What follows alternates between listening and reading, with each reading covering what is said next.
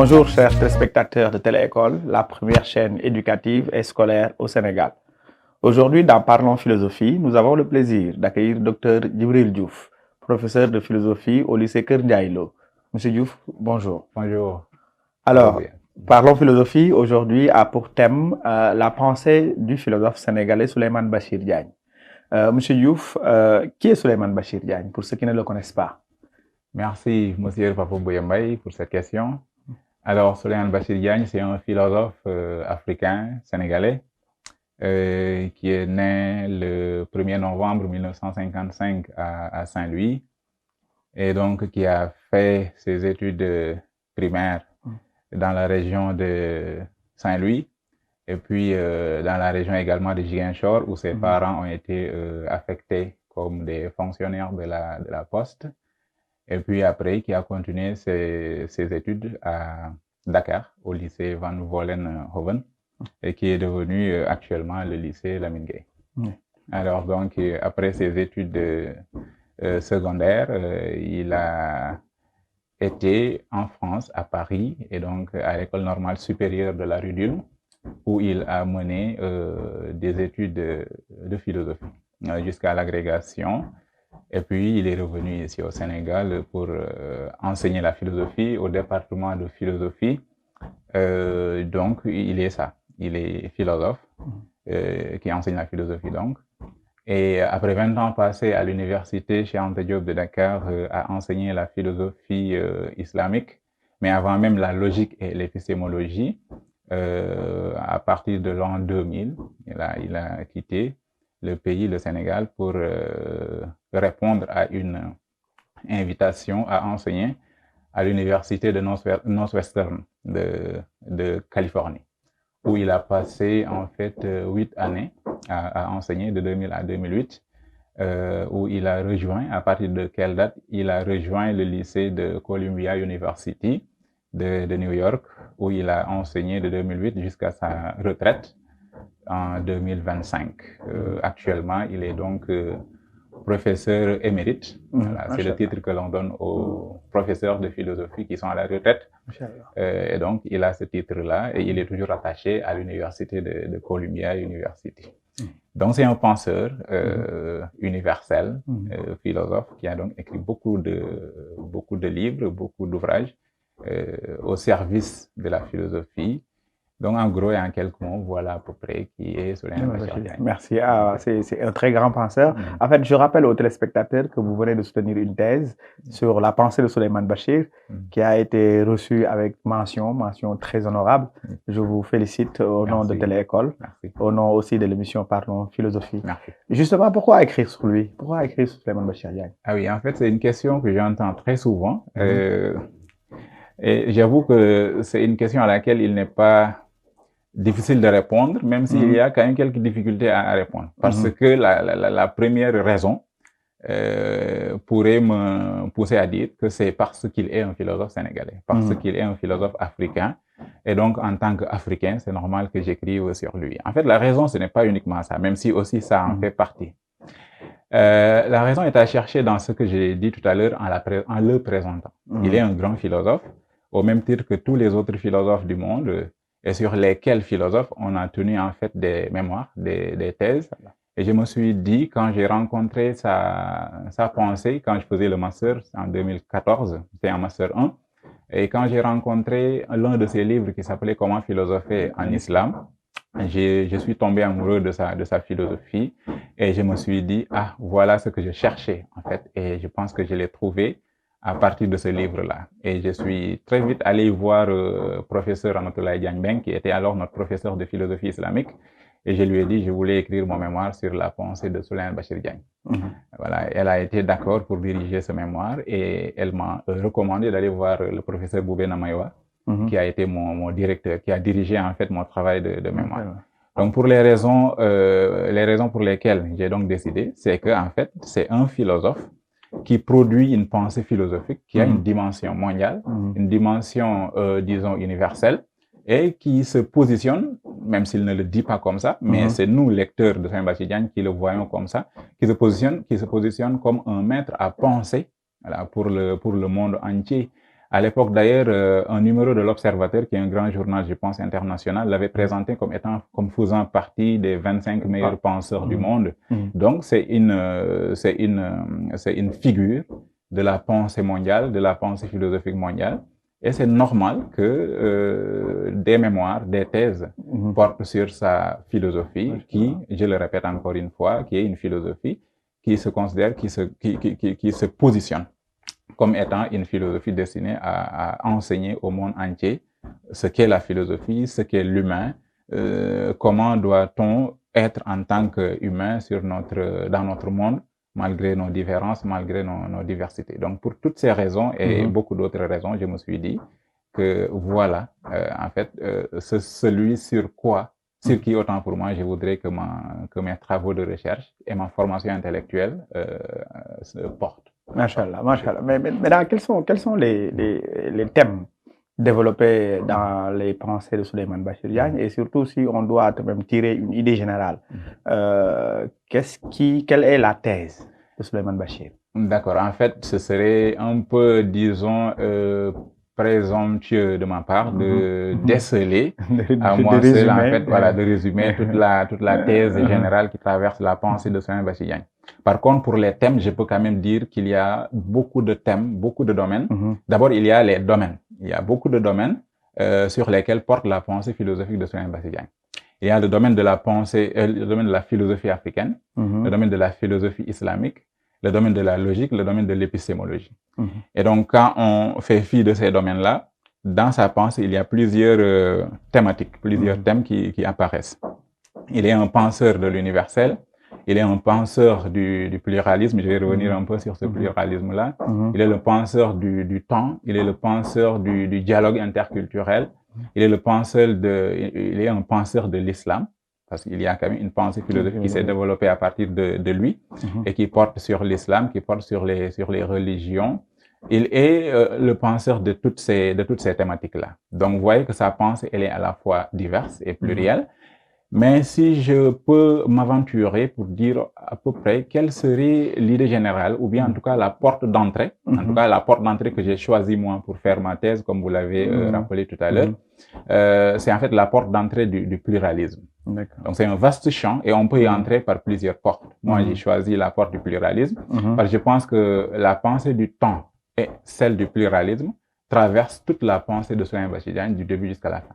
Donc le pluralisme serait en fait cette idée que je pourrais considérer comme étant générale et qui relie toutes ces thématiques que je viens de citer, bien sûr quand on y ajoute la traduction.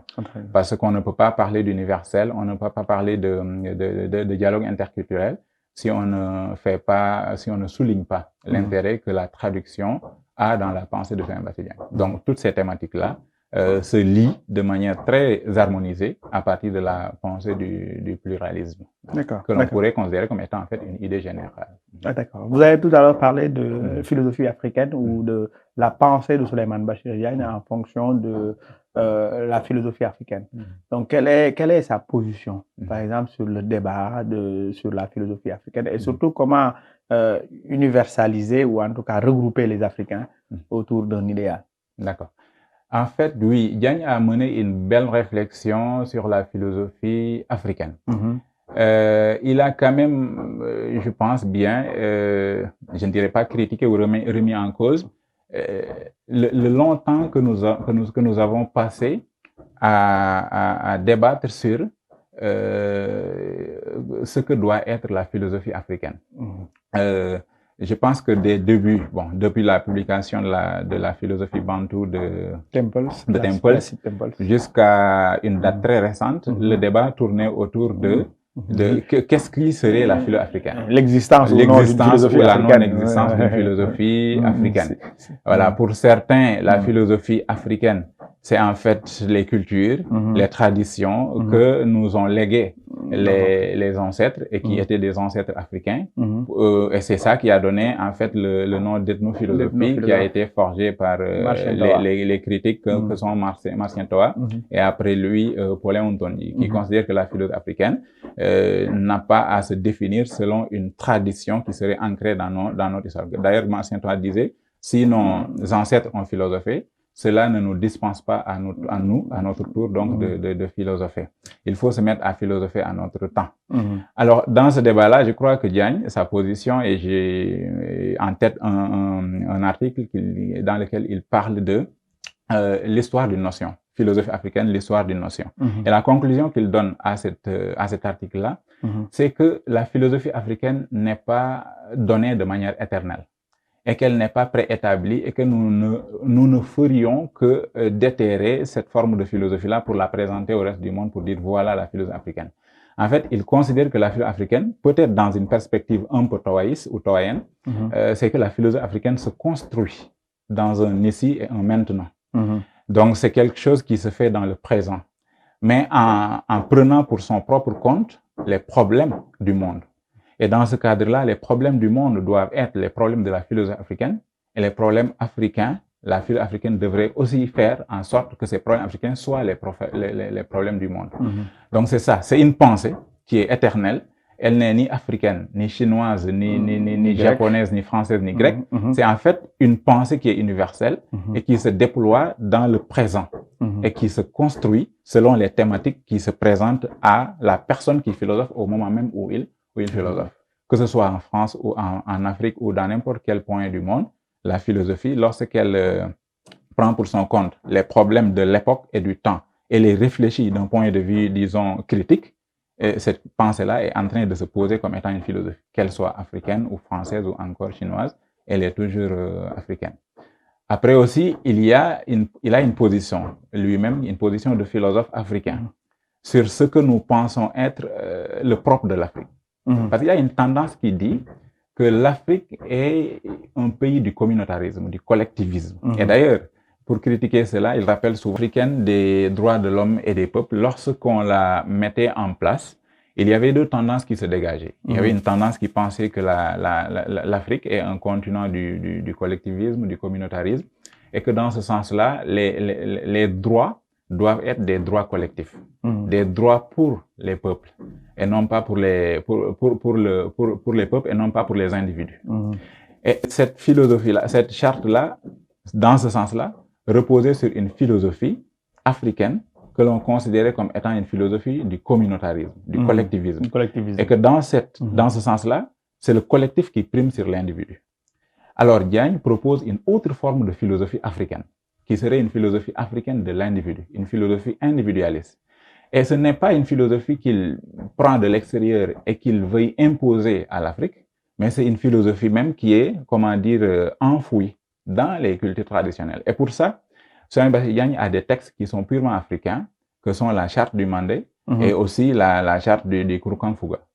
Ce sont des chartes dans lesquelles l'individu est mis au cœur des préoccupations politiques. Voilà. D'ailleurs, l'un des articles de ces chartes que je viens de citer dit « une vie est une vie ». C'est-à-dire chaque vie vaut une vie. Une vie n'est pas plus importante ou moins importante qu'une autre, même si, bien sûr, une vie vient à l'existence avant qu'une autre vie. Mais cela ne donne pas une primauté d'une vie sur une autre.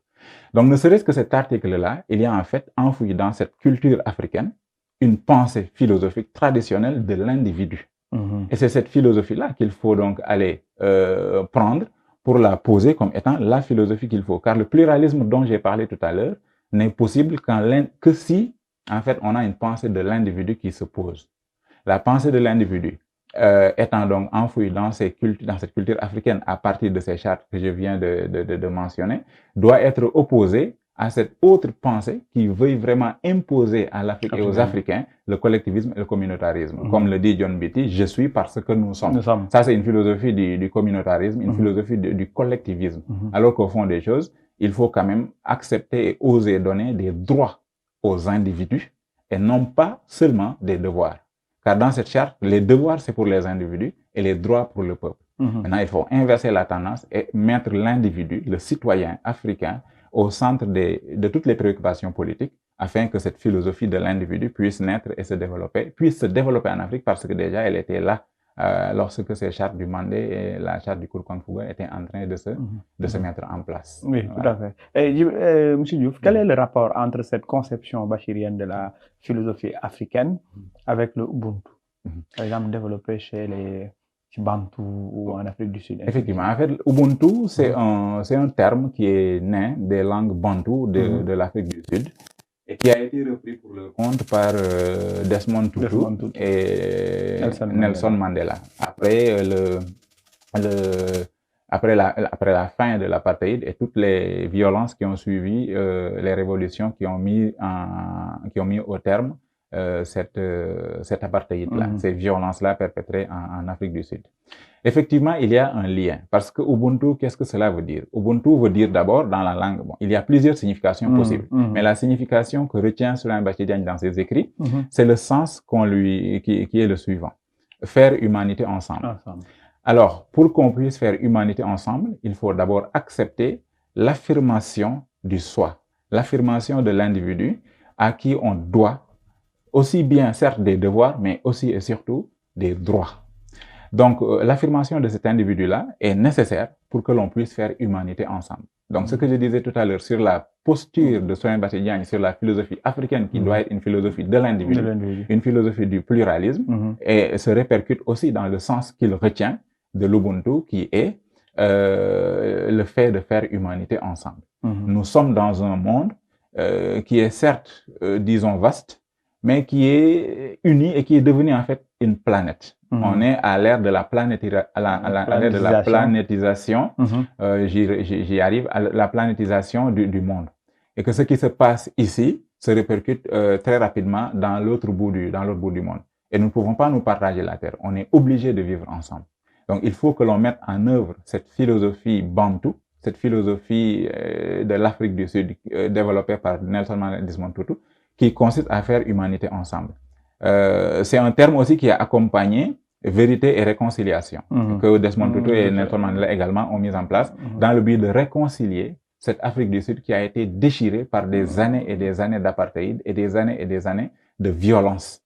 Voilà, des cycles de violence. Il fallait donc mettre un terme à ça après que l'apartheid a été combattu. Maintenant, pour cela, il fallait donc pardonner, certes faire justice, mais aussi pardonner, oublier et faire humanité ensemble à travers donc ce concept d'Ubuntu. Il y a effectivement, pour répondre à votre question, un lien entre cette philosophie africaine de l'individu et le sens qu'on doit donner à Ubuntu. Mais professeur, comment faire humanité ensemble si nous ne parlons pas les mêmes langues? Que propose Bachir, par exemple, dans sa compréhension de la diversité des langues en Afrique? Effectivement. C'est vrai qu'il y a, c'est le lieu de parler de cette traduction, de la traduction. Parce que la traduction n'a de sens que parce que nous parlons des langues différentes. Le pluralisme que j'ai mentionné au début est d'abord et avant toute chose un état d'esprit, une situation dans laquelle nous devons nous mettre et que nous devons construire aussi. Et nous ne pouvons construire le pluralisme universel ou l'universalisme pluraliste que si on prend en compte l'interaction entre les individus d'abord, mais à travers leur culture et à travers leur langue. Faire humanité ensemble nécessite que l'on mette en œuvre également l'autre thématique de la pensée de qui est la traduction. Et ici, il faut faire attention au sens du terme. La traduction ne signifie pas seulement le fait de passer d'une langue à une autre, mais c'est aussi le fait de passer d'une culture à une autre. Donc, la traduction est transfert linguistique d'une langue à une autre, mais aussi transfert culturel d'une culture à une autre. Donc, on passe certes d'une langue à une autre et on pense certes d'une langue à une autre, mais on passe et on pense d'une culture à une autre. Donc, c'est la traduction dans ce sens-là, elle est culturelle. C'est l'interaction qui doit y avoir entre les langues entre les langues elles-mêmes, mais également entre les cultures. Et c'est ça qui donne sens au pluralisme, c'est ça qui donne sens au fait de faire humanité ensemble. Car sans cette traduction, nous ne serons que des insularités qui sont recroquevillées sur elles-mêmes sans aucun lien possible entre elles.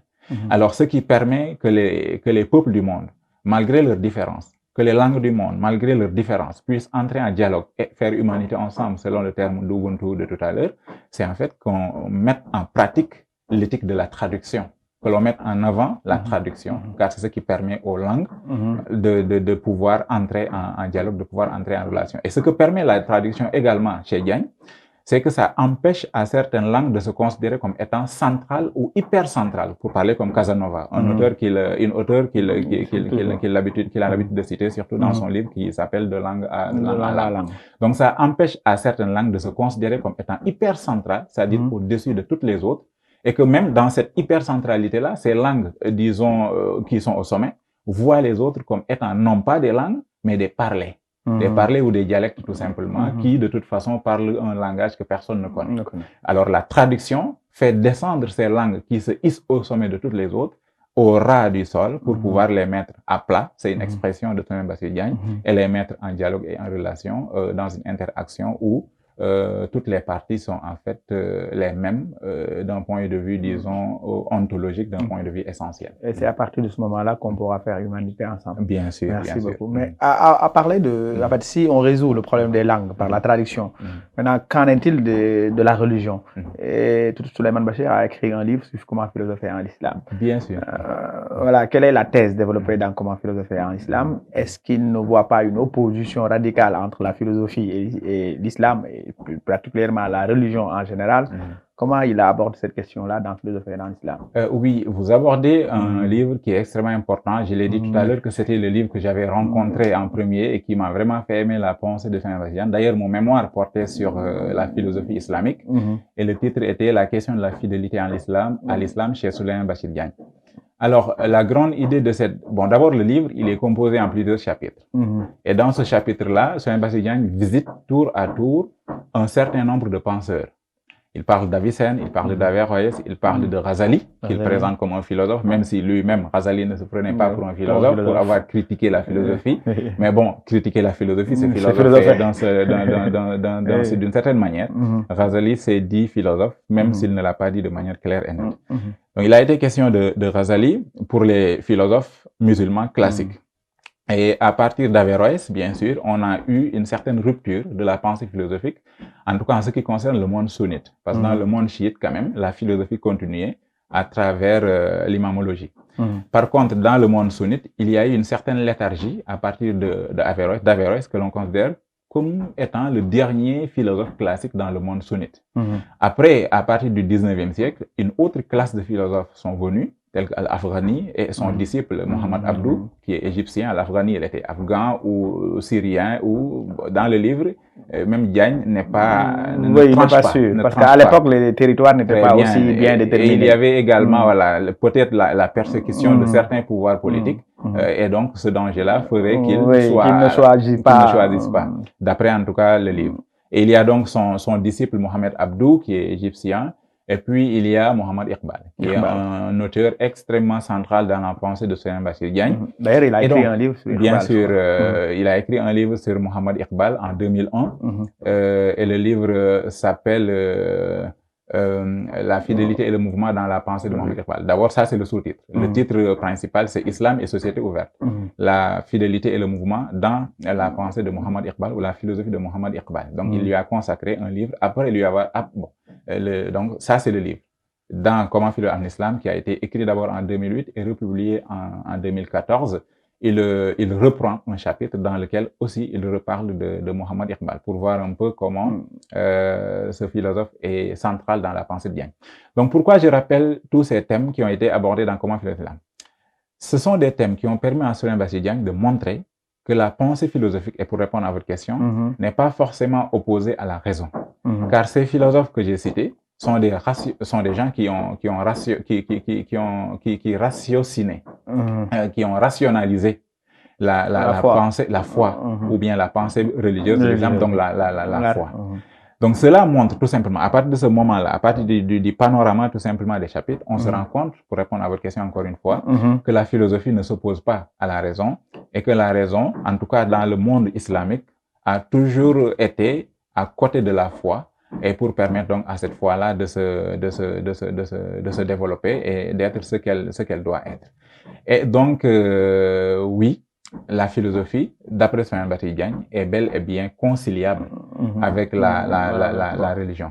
Et les exemples que j'ai cités, comme ça, sans entrer dans le fond, le prouvent. Parce qu'il y a eu un moment historique où la philosophie a rencontré l'islam.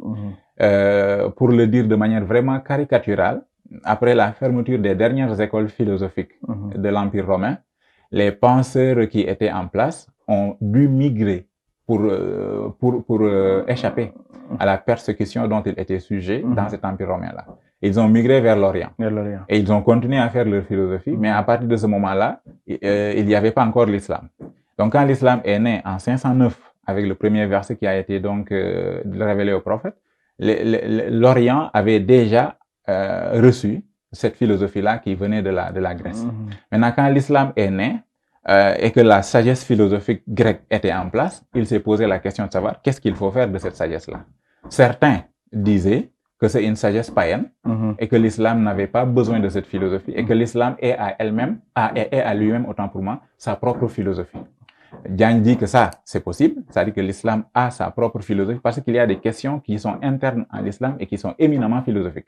D'ailleurs, dans ce sens-là, philosophie comme vision du monde. Ça peut être cela. Mais il y a d'autres questions qui sont beaucoup plus philosophiques. Par exemple, la question qui porte sur la liberté. Quand on dit l'homme est-il libre, l'homme est-il libre parce qu'il agit selon son propre destin, selon son propre vouloir, selon sa propre volonté, ou est-ce que l'homme agit parce qu'il est en train d'appliquer un plan qui a été ficelé par Dieu? Ces deux visions existent dans l'islam. Et poser le débat, ça c'est déjà philosophique. Et on n'a pas besoin de la philosophie grecque pour dire que l'islam avait cette question-là. Il y a aussi d'autres questions qui apparaissent dans le livre qu'il a coécrit avec Philippe Capelle-Dumont, dans Philosopher en christianisme et en islam, ouvrage publié en 2016, bien sûr, qui sous forme de dialogue. En plus de cette question que j'ai soulevée, il y a d'autres questions selon lesquelles il y a dans le Coran, par exemple, des attributs de Dieu. Des attributs qu'on dit divins parce qu'ils appartiennent à Dieu. Mais ces attributs-là, ce sont des attributs qui sont personnifiants, ce sont des attributs qui peuvent être personnifiables. On peut personnifier ces attributs. Donc, ces attributs-là qui peuvent être des attributs divins, qui sont des attributs divins selon le Coran, mais qui peuvent aussi être des attributs de l'homme, alors ça pose un problème sur l'essence de Dieu. Sur l'essence de Dieu, car qui est l'homme, comment est-il, à partir de ces attributs-là. Car ce sont encore une fois des attributs que l'on dit être divins, mais qui peuvent aussi appliquer à l'être humain. Cela veut-il dire qu'entre l'homme et Dieu, c'est quoi la différence? C'est une différence essentielle, une différence ontologique ou? Donc, poser la question de cette manière-là, sur la base des attributs divins, tout simplement, ça aussi, ça donne à philosopher. Ça donne à philosopher. Il y a également une autre question qui est éminemment philosophique et qui est inscrite aussi dans l'islam et donc dans le Coran. C'est la question celle de la liberté, j'en ai déjà parlé. Celle des attributs divins également, j'en ai parlé. L'autre question, c'est le destin. C'est-à-dire le destin de l'homme, est-il tracé, est-il tout fait? Ou est-ce que le destin de l'homme est en fait quelque chose que l'être humain lui-même décide, dont l'homme décide de sa trajectoire? Donc, il y a dans l'islam, certes, une philosophie qui lui serait propre. Des questions philosophiques, en tout cas, qui naissent de l'islam, sans aucun contact avec la philosophie grecque. Maintenant, vient le moment historique où l'islam rencontre la philosophie grecque. Et on se pose la question de savoir, faut-il maintenant accepter d'intégrer cette pensée philosophique grecque dans l'islam, ou est-ce qu'il faut tout simplement considérer ce qu'on a dit tout à l'heure comme étant la philosophie de l'islam et qui n'aurait besoin d'aucune autre? Donc, la communauté était partagée. Pour certains, il y a une tradition prophétique qui dit la sagesse est le bien du croyant.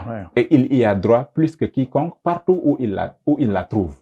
Ce qui veut dire que si la sagesse est née chez les Grecs, certes, ce sont les Grecs qui l'ont produite, mais c'est la propriété du croyant musulman. Et il a droit à cette sagesse plus que même les Grecs. Donc, sur la base de ça, il faut recevoir et accueillir la philosophie grecque et l'utiliser dans la compréhension et l'étude du texte révélé coranique. Il y a aussi une autre tradition, même si cette tradition, on dit qu'elle n'est pas authentique, qui dit que le prophète a dit, sallallahu alayhi wa sallam, qu'il faut que le musulman doit aller chercher le savoir jusqu'en Chine. Voilà, jusqu'en Chine. Ou bien ne serait-ce que jusqu'en Chine, en fait, jusqu'en Chine. Même si, encore une fois, certains disent que cette tradition n'est pas... De toute façon, c'est une sagesse, en tout cas, islamique. Et pour ces deux... Il y a le hadith al-ilm farida ala kulli muslim. Très bien. Donc, chercher la connaissance est en fait un devoir, une obligation. Une obligation de tout musulman. Donc, cette tradition-là donne raison à ceux qui pensent que l'islam doit s'ouvrir au monde grec et donc accueillir la philosophie. Et c'est exactement ce qu'on fait à Vicenne, Averroès et Al-Ghazali. Ils ont accueilli la philosophie grecque et on l'ont utilisée dans leur lecture du Coran. Et ce n'est pas le fait de plaquer des concepts grecs dans l'islam, dans la compréhension ou la lecture du Coran. Ce n'est pas ça, mais il s'agit en fait d'utiliser, par exemple, la logique aristotélicienne, l'argumentation, les règles de l'argumentation, pour pouvoir démontrer la véracité et le contenu essentiel et universel même de l'islam. Donc, en gros, voilà un aspect qui montre que la philosophie, et donc la raison, n'est pas du tout contraire à la philosophie. D'ailleurs, et même au contraire, la philosophie aide à mieux comprendre le contenu du Coran. Bien sûr, il y a d'autres éléments que l'on peut utiliser pour comprendre le Coran, mais la philosophie est un moyen parmi d'autres. Après, pour répondre à la deuxième partie de votre question, qui disait quelle est l'idée générale de la philosophie islamique de Saint Diagne, moi je pense que l'enseignement que nous pouvons tirer, le principal de Saint Diagne, c'est la fidélité dans le mouvement. La fidélité dans le mouvement signifie quoi? Signifie que l'islam est venu avec un livre révélé, qui contient en son sein des principes, qui contient en son sein des fondements. Alors, être fidèle, c'est ce que doit être un musulman. Maintenant, comment être fidèle? Alors que l'islam, le Coran, a été révélé au 6e siècle, après Jésus-Christ, bien sûr, et on est, par exemple, aujourd'hui en 2026. Autrement dit, comment être musulman en 2026, alors que le Coran parlait à des gens qui ont vécu au 6e siècle avant Jésus-Christ. C'est là où la notion de mouvement a un sens. On doit être fidèle, non pas comme les musulmans du Moyen-Âge étaient, mais nous devons être fidèles à l'islam selon notre époque. Et cela signifie le fondamentalisme de Souleymane Bachir Diagne. Il parle de fondamentalisme, mais pas de fondamentalisme réactionnaire. Car il y a deux types de fondamentalisme chez Diagne. Il y a le fondamentalisme réactionnaire, qui est le fondamentalisme qui considère que il y a un âge d'or qui s'est placé il y a de cela plusieurs siècles, et que plus nous nous en éloignons, plus nous éloignons du sens du Coran. Et donc, qu'est-ce qu'il faut faire? Il faut haïr le temps qui change, il faut haïr le mouvement, il faut haïr le changement, et donc laisser partir le cours du temps, et puis tourner en fait le dos tourner le visage vers le passé, pour pouvoir vivre comme vivaient les ancêtres le prophète d'abord, et puis les compagnons qui étaient avec lui. Ce type de fondamentalisme-là, c'est un fondamentalisme réactif ou réactionnaire. C'est un fondamentalisme qui trahit l'esprit de l'islam.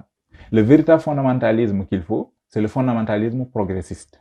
Le fondamentalisme qui fait porter les fondements de l'islam qui ont été révélés depuis le 6e, 7e siècle pour leur faire porter les exigences du moment. Tout à l'heure, quand on parlait de philosophie africaine, on avait dit que la philosophie africaine se construit dans le temps. De même que la philosophie islamique. L'islam, même tout court. Et la compréhension que nous devons en avoir, c'est une compréhension qui se construit dans le temps présent. Ici, le fondamentalisme progressiste donc signifie le fait de faire porter nos problèmes du moment, le fait de faire porter les fondations de l'islam, nos propres problèmes du moment. Et c'est ça qui montre aussi que l'islam, à travers son Coran, est universel.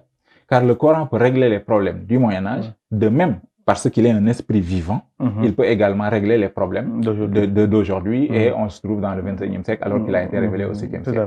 Mais cela, encore une fois, nécessite que l'on réfléchisse. C'est un travail de tous les jours. La fidélité dans le mouvement, c'est un travail de tous les jours. Ce n'est pas un acquis. Chez Diagne, rien n'est acquis. Chez Diagne, tout se construit. Même le pluralisme dont nous avons parlé, peut-être dont nous parlerons après, est un acquis que l'on construit dans le temps et donc dans le présent. On ne doit jamais dormir sur ses lauriers. Il faut toujours réfléchir. Il faut toujours avoir mettre la raison en alerte, voilà, pour qu'elle puisse voir quel sens faut-il donner aux problèmes du moment, tout en étant fidèle aux fondations qui ont été révélées depuis le 7e siècle. Voilà en gros l'idée générale que je vois en tout cas placée dans la philosophie islamique de Souleymane Bachir Diagne, la fidélité dans le mouvement. Dans le mouvement, qui est un fondamentalisme progressiste. Voilà. D'accord. Ok. Est-ce que dans la philosophie de Souleymane Bachir, on a parlé tout à l'heure de l'universel, je pense que vous avez déjà... est-ce que l'universel peut être mis en rapport avec, par exemple, vous avez parlé tout à l'heure aussi du mouvement, et ainsi de suite. Donc, est-ce qu'on peut former aujourd'hui l'humanité ensemble, selon Souleymane Bachir? Bien sûr. En fait, il y a des obstacles, certes, il y a des obstacles, mais pour revenir un peu à cet universel-là, il y a un obstacle, parce que l'universel n'a pas toujours été bien défini. L'universel n'a pas toujours été bien conçu, parce qu'il y a une certaine manière de comprendre l'universel qui est une compréhension, disons, de surplomb. Bon, d'abord, c'est Maurice Merleau-Ponty, qui a été le premier à dire qu'il y aurait deux types d'universels. Un universel de surplomb et un universel latéral. Alors, le blocage à cette construction de l'humanité dans un point de vue Ubuntu, le premier blocage, c'est cet universel de surplomb. Cet universel-là qui a été celui d'un certain peuple qui se considère comme étant le sommet et le centre du monde. Cet ethnocentrisme vient d'après Merleau-Ponty d'abord et puis d'après Diagne et d'après beaucoup de philosophes qui sont contre cet universel-là, vient de l'Occident. L'Occident, dans sa prétention impérialiste à tout point de vue, s'est considéré comme étant le centre du monde et que sa culture, sa langue sont les cultures et les langues de la raison et de l'humain. Et que toutes les autres cultures et langues ne sont même pas des cultures et des langues, mais sont autre chose. Il y a le philosophe là qui a écrit l'humanisme de l'autre homme. Là, il faudra couper. Lévinas. Très bien, Emmanuel Lévinas. Emmanuel Lévinas qui dit qu'il y a donc ce philosophe Emmanuel Lévinas qui dit que les autres cultures ne sont que des sarabandes. Et que donc c'est la culture occidentale qui, d'après lui, est l'incarnation parfaite de l'universel, considéré comme étant le sommet et le centre de l'univers. Comme le monde intelligible de Platon et ce monde de la pureté, le monde de l'immuable et de la fixité qui ne change pas. Ce monde-là s'incarne dans la culture occidentale. Ou bien le monde occidental est le seul à pouvoir incarner cet universel qui renvoie à ce monde intelligible dont parle Platon dans ses livres. Donc cet universel de surplomb est impérialiste. Et c'est ça qui a justifié d'ailleurs toutes les missions de civilisation et de colonisation qui ont fait suite à cela et que l'Occident a été l'auteur, dont l'Occident a été l'auteur. Et c'est ça qui bloque ou bien qui fait blocage, qui fait frein à la construction d'une humanité ou d'une humanité autant pour moi, d'un humanisme pluriel, d'un humanisme collectif. Maintenant, il faut s'efforcer à construire cet humanisme collectif en mettant l'accent non plus sur l'universel de surplomb, mais sur l'universel latéral, qu'il appelle aussi l'universel horizontal. Donc, si Maurice Merleau-Ponty l'a théorisé au début, Diagne, en fait, s'est approprié de cet universel latéral et l'a vraiment mise en pratique dans ses écrits. Cela rejoint l'Ubuntu dont nous avons parlé. Cela consiste tout simplement à considérer que nous sommes dans un monde fait de différences. Nous sommes dans un monde fait de diversité. Mais nous sommes dans un monde que nous ne pouvons pas partager. Nous sommes obligés de vivre ensemble, malgré nos différences. Malgré aussi certains obstacles que je n'ai pas encore mentionnés, tels que le racisme, la xénophobie et puis le terrorisme aussi, la haine tout simplement de la différence, le fanatisme, l'obscurantisme. Donc malgré la haine des différences, qui est aussi la situation de notre monde, nous devons tout faire pour pouvoir construire ce monde, car on n'a pas un autre choix. Le seul choix que nous avons pour que le monde soit un monde pacifié, c'est que l'on mette l'accent sur cet universel. Mais pas n'importe quel universel, il faut toujours faire la précision. L'universel latéral qui consiste à mettre à plat tous les peuples du monde, toutes les cultures du monde, mais en utilisant la traduction pour que l'interaction puisse se passer. Donc le dialogue interculturel est ce qui permet à cet universel latéral de pouvoir se construire et c'est ce qui constitue tout le combat de Souleymane Bachir Diagne, en tout cas sur le point de vue de l'universel. Donc on peut dire avec Diagne que le pluralisme est la voie qui mène vers l'universel latéral. Bien sûr, il y a un lien très fort entre l'universel et le pluralisme. Car ici, on parle d'universel latéral, comme je l'ai dit, et cet universel latéral, c'est un universel pluraliste et non pas moniste. Car l'universel sur de surplomb est un universel moniste. Un universel dans lequel la culture occidentale est le seul qui incarne la raison et l'humanité. Toutes les autres cultures, de tous les autres peuples, de toutes les autres langues, ne sont que des sarabandes pour parler comme Lévinas, et donc des dialectes et des parlers et non pas des cultures et des langues. Effectivement, c'est comme ça qu'il faut le voir. C'est un universel pluraliste, un universel. Tout à fait. Mais professeur, on sait bien que on ne peut pas aussi changer le monde avec des théories. Est-ce que M. Souleymane Bachir Diagne s'est engagé en politique? On l'a entendu une fois étant conseiller de M. Abdou Diouf. C'était il y a longtemps. Donc, quel est l'apport de sa pensée, en tout cas dans le domaine politique ici au Sénégal? Il a été conseiller du président Abdou Diouf, non pas en tant que politicien, il faut le signaler tout de suite, mais il n'était même pas conseiller du genre politique. Il était un conseiller à l'éducation. Voilà. D'abord à l'éducation et puis à la culture. Mais cela veut dire tout simplement qu'il continue ce qu'il sait faire. Dans la présentation que nous en avons faite, on a parlé, on a dit qu'il est professeur. D'abord, il est philosophe et puis il est enseignant. Donc, un enseignant, il est dans l'éducation. Donc, quand il conseille le président Abdou Diouf, il doit le conseiller sur des choses qu'il maîtrise le mieux. Donc, il n'était pas politicien, il ne s'est pas du tout engagé en politique. Il est juste là comme un missionnaire, comme un conseiller, autant pour moi. Sa mission était une mission de conseiller. Et je pense qu'en tant que conseiller de l'éducation, quand même, il a fait beaucoup de choses pour le pays. Et il le dit même dans le livre qu'il a coécrit avec, bon, c'est un livre dialogue qu'il a écrit avec Françoise Blum en 2024. Après, celui qu'il a écrit en 2021, Le fagot de ma mémoire, il le dit dedans et il explique combien il a été, il s'est investi d'abord en tant qu'inspecteur général de l'éducation et de la formation, IGEF. Donc, en tant que IGEF, ou IGEN, à l'époque on disait IGEN. Donc, comment il s'est investi dans la conception d'abord de l'université Gaston Berger de Saint-Louis en tant qu'inspecteur. Et puis après, en tant que conseiller, à partir de 1993, il a été conseiller à partir de 1993.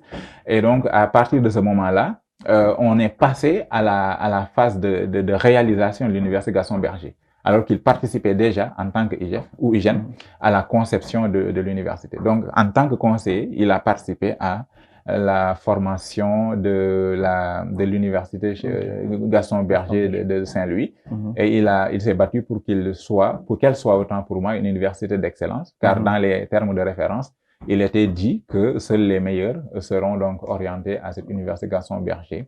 Donc sur ce point-là, je pense que son engagement, si on peut le dire politique, c'est dans ce sens-là. S'engager dans et par l'éducation. Très bien, par l'éducation, c'est ça le concours politique de Saint-Bassirou Diagne. Donc, vous voyez que ce n'est pas un concours politicien. Et quelle est sa vision de l'avenir à la fois du Sénégal, du monde, mais aussi de l'Afrique?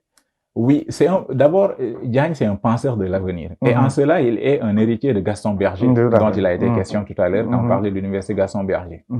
Gaston Berger est un grand penseur de l'avenir. Et Diagne a hérité de lui également cette pensée de l'avenir. En fait, l'avenir chez Diagne, ce n'est pas quelque chose qui est déjà là, ou bien qui est quelque part, et que dans tous les cas, ça va venir. Non, l'avenir, c'est que l'avenir également n'est pas la répercussion du passé, quoi. L'avenir, c'est une situation possible. Quand on parle d'avenir dans la pensée de Diagne, comme dans la pensée de Gaston Berger, on parle de possible. Il n'y a pas qu'un seul possible dans notre futur, mais il y a plusieurs possibles. Maintenant, c'est à l'être humain, avec les autres humains, bien sûr. Donc, c'est à nous de choisir quel est le possible que nous voulons faire advenir. Bien sûr, dans la construction du possible, le passé est important. Tout à l'heure, on a parlé de fondamentalisme et il a été question de parler des fondements. Quand on parle de fondements, ce qui a été posé au départ. Effectivement, il est important de penser au passé pour pouvoir construire son futur. Mais cela ne veut pas dire que l'on puisse faire en sorte que le futur ressemble coûte que coûte au passé, ou que le présent ressemble coûte que coûte au passé. Non, il s'agit de prendre l'esprit des fondements et de voir ce que cet esprit-là pourrait nous faire advenir à partir du moment vers le futur. Donc l'avenir, pour parler de cette conception de Diagne de l'avenir, l'avenir, ce n'est rien d'autre que ce que nous voulons produire à partir du présent, mais en se basant également sur les fondations ou sur l'esprit des fondations qui ont été posées en avant, que ce soit dans la philo islamique comme dans la culture tout simplement. La culture locale. Très bien, on utilise les fondements dans le but de continuer leur esprit, car c'est ça qui est digne d'être continué. Mais le fondement en tant que tel a été là pour un certain temps et pour un certain peuple. Alors pour nous qui en sommes les héritiers, qu'est-ce que cela peut nous servir? Cela peut nous servir. Nous ne pouvons donner vie à ces fondements que si on les réveille et qu'on leur fait porter les problèmes du moment pour pouvoir construire maintenant l'avenir que nous voulons, le possible que nous voulons faire advenir et donc le futur que nous voulons. Donc Diagne n'est pas fataliste. Aussi les fatalistes, il s'agit ici d'un fatalisme actif, mais non pas un fatalisme passif. Le fatalisme passif consiste à croiser les bras, et c'est une mauvaise compréhension du stoïcisme, et de ne rien faire et pensant que ce qui doit se faire va se faire. Mais le véritable fatalisme, il est actif. Et cela consiste à se considérer soi-même, d'après Soleymane Bachir Diagne, et je le cite, peut-être pas mot par mot, mais je cite son idée, et c'est dans Comment philosopher en islam, consiste à se prendre comme l'encre et la plume de son propre destin, avec lequel donc Dieu écrit ton destin. Voilà une belle formule quand même qu'il utilise dans ses écrits pour dire comment nous devons construire notre avenir, comment nous devons considérer également le fatalisme et comment nous devons vivre notre liberté. Être libre ici, c'est être responsable, et en cela, je pense qu'il rejoint un de ses auteurs phares, Jean-Paul Sartre. Chacun écrit son propre destin. Est-ce qu'on ne peut pas trouver aussi une corrélation entre la pensée de Souleymane Bachir Diagne et la pensée senghorienne? Par exemple, quand vous dites la fidélité dans le mouvement, ça sonne un petit peu, c'est Senghor comme s'enraciner puis s'ouvrir. Est-ce la même chose ou c'est différent? Il y a, je ne saurais dire que c'est une même chose, mais je pense quand même qu'il y a une ressemblance. Et cette ressemblance justifie tout simplement l'influence, la grande influence d'ailleurs que Léopold Sédar Senghor a eu sur la pensée de Souleymane Bachir Diagne. Il y a quand même des corrélations que l'on puisse faire. Peut-être Senghor ne dit pas s'enraciner puis s'ouvrir. Je pense il n'y a pas une... Comment je peux le dire? Il n'y a pas une discontinuité. Il n'y a pas une rupture entre l'enracinement et l'ouverture. L'enracinement et l'ouverture se fait au même moment. De même que la fidélité. S'enraciner, s'ouvrir. Très bien, s'enraciner, s'ouvrir. Et il n'y a pas également, et je me rappelle d'une discussion que j'ai eue avec mon directeur de thèse, que je salue de passage et que je ne remercierai jamais assez, le professeur Badondoy, que j'ai eu avec lui et qui m'a rectifié sur beaucoup de choses, en tout cas sur ce point-là. Je disais s'enraciner puis s'ouvrir. Et s'enraciner aussi sur l'expression la plus connue. Très bien, sur un sol africain, et puis s'ouvrir vers, disons, un ciel ou en tout cas quelque part qui serait occidental ou asiatique. En fait, il n'y a pas un sol qui nous serait propre à partir duquel on s'enracine. On ne s'enracine nulle part, quoi, car il n'y a pas quelque chose qui nous serait propre. Les cultures sont faites de plusieurs, c'est-à-dire la culture c'est comme un tissu qui est fait de plusieurs fils. Notre culture est un tissu qui serait fait de plusieurs fils. Des fils noirs, des fils blancs, des fils jaunes, etc., etc. Et c'est ça qui fait la beauté d'une culture. Donc, on ne pourrait pas dire qu'on s'enracine sur le fil jaune et puis on saute sur des fils blancs. Non, c'est la culture qui est tout ça à la fois. La culture elle-même est à la fois enracinement et ouverture. Aucune culture n'est fermée sur elle-même. Si elle le fait, elle meurt, elle disparaît. Si elle ne disparaît pas, c'est parce qu'elle se nourrit des autres cultures. Et c'est exactement l'idée que l'on voit dans la pensée de Diagne quand il parle de fidélité à quelque chose, c'est-à-dire à un fondement. Et puis, mais dans le mouvement. Ici, le mouvement, je ne l'ai peut-être pas dit dans ma première réponse à cette question-là, c'est le mouvement du temps, quoi, le changement. C'est le temps qui fait advenir le changement. Et le temps, Diagne est un penseur du temps comme Bergson d'ailleurs, qui est un de ses maîtres, puisqu'on parle de ses maîtres, on parlait de Berger tout à l'heure et puis de Sartre. Berger comme Diagne sont des penseurs du temps, mais ici un temps comme durée, un temps qui ne cesse de s'écouler. Et un temps dans lequel il n'y a pas une station. On n'a pas un moment où il y a un arrêt. Tout est en train de s'écouler. D'ailleurs, Bergson utilise une boule de neige qui tombe, en fait, et qui ne cesse de rouler. Et plus il roule, plus elle roule autant pour moi, plus elle grossit. C'est comme ça que notre temps est. Et le temps de chaque individu est comme ça. C'est une durée qui ne cesse de s'écouler. Il n'y a pas de station. Donc, c'est ce temps-là qui s'écoule, qui produit le changement et donc le mouvement. Comment être fidèle dans ce mouvement perpétuel du temps et donc de l'univers? Il faut tout simplement savoir que les fondements qui ont été posés au départ portent un esprit. Et cet esprit-là n'est jamais mort, il est toujours vivant. Et à chaque fois qu'on lui fait porter les problèmes du moment, il nous amène donc des solutions. Mais moyennant une réflexion critique et rationnelle et donc philosophique qui nous permettrait de voir le lien qu'il y a entre les fondations et les temps qui ne cessent de changer. Donc effectivement, il y a une certaine corrélation, une certaine ressemblance que l'on peut établir entre l'enracinement, ouverture de Léopold Sédar Senghor et la fidélité dans le mouvement de Souleymane Bachir Diagne. Car la fidélité dans le mouvement, c'est pas uniquement dans l'islam, mais c'est dans la culture en général.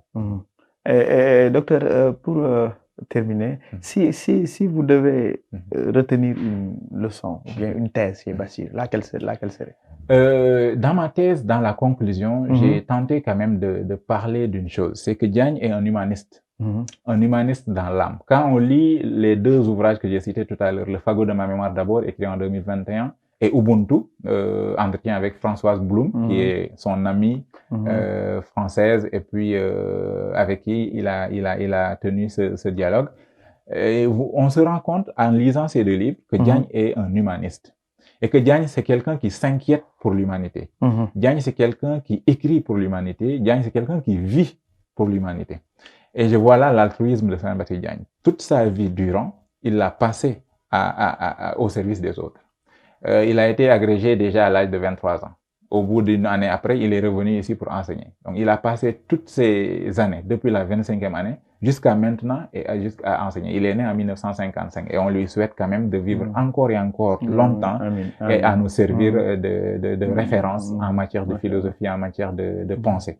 Donc, si j'ai vraiment une leçon à retenir de Saint-Baptiste Diagne, c'est qu'il nous enseigne comment nous devons vivre dans ce monde en tant qu'humains. Et c'est cet humanisme-là qui apparaît dans ces livres à chaque fois qu'on essaie de les décortiquer. Ça pointe à l'horizon et on le voit venir. Quand on parle de faire humanité ensemble ou ensemble habiter la Terre, c'est un titre d'un article qu'il a écrit, je pense, en 2016, dans lequel il dit comment nous devons habiter notre monde, qui est un monde où il y a la crise, il y a d'abord les guerres, de toutes sortes, des guerres d'ordre politique, des guerres d'origine religieuse, d'origine politique, etc., culturelle aussi, et aussi un monde dans lequel il y a la diversité et un monde dans lequel il y a la crise climatique. Il y a aussi des crises sanitaires, on n'en a pas parlé, mais en 2020 et 2021, nous avons vécu une pandémie qui a été, parce que c'est une pandémie, ça a été donc, ça a concerné tout le monde. Donc, ces catastrophes naturelles, souvent aussi personnes humaines, autant pour moi, parce que ce sont souvent les humains qui font ça, caractérisent notre monde. Et ce monde-là nous met dans une situation où nous sommes obligés de mettre en place un humanisme collectif. Et tout le travail de Diagne consiste à décrire comment mettre en place cet humanisme collectif-là. D'abord, ça commence par le respect de l'autre, le respect de la différence, et le désir et la volonté d'entrer en dialogue et en interaction avec l'autre dans la plus grande des honnêtetés possibles et de ne pas considérer l'autre comme un moyen, mais de considérer comme un but. Et là, je caricature un peu, pas caricaturer, mais je reprends un peu les termes d'Emmanuel Kant dans ses règles de la morale rigoriste qui consiste à prendre les autres non pas comme des moyens, mais comme des buts. Donc, comme des fins, exactement. Donc, si j'ai vraiment une idée ou une leçon à apprendre de Diagne, ou en tout cas retenir, c'est son humanisme collectif, qui, d'après lui, serait ce qui pourrait sauver l'humanité des dangers qui la guettent. Merci beaucoup, docteur, de cette belle présentation de la pensée de Souleymane Bachir. C'est moi qui vous remercie. Et je rappelle que le docteur Djibril Diouf a écrit aussi est co-auteur du manuel, je pense, c'est Philosopher avec et par les textes. Donc, est-ce que vous avez un mot à dire par rapport à ce manuel-là de référence? Oui, c'est un manuel que j'ai coécrit avec mon ami, que tout le monde connaît maintenant, docteur Fatoumata Tako Sylla, Fatoumata Tako Soumaré Sylla, que je salue d'ailleurs de passage. C'est un manuel destiné aux élèves. C'est vraiment un manuel pour les élèves, mais également pour les professeurs de philosophie. Mais aussi pour tous les amoureux de la pensée philosophique, car il y a dedans les 2 exercices ou les 2 méthodologies philosophiques que sont la dissertation et le commentaire, et les 2 ouvrages au programme que les élèves doivent lire, et un ensemble de textes qui sont quand même, d'après nous, ou d'après ce que nous pensons, qui sont fondamentaux pour pouvoir intégrer le programme de philosophie, qui est un programme quand même très costaud, qui a besoin quand même de bons supports pour pouvoir se faire. Donc, nous encourageons tous les professeurs de philosophie, tous les élèves et donc tous les amoureux de la philosophie à se le procurer. Et il entre aussi dans le cadre ou dans une longue lignée d'autres ouvrages qui ont été écrits par d'autres doyens qui certainement vont se reconnaître et que nous saluons également de passage. Et dans le document d'ailleurs, on les rend hommage. Voilà. Merci beaucoup, docteur Djibril Diouf. Je rappelle que c'était notre invité de l'émission Parlons Philosophie. Nous vous disons merci d'avoir suivi et surtout à très bientôt pour d'autres émissions. Merci, au revoir.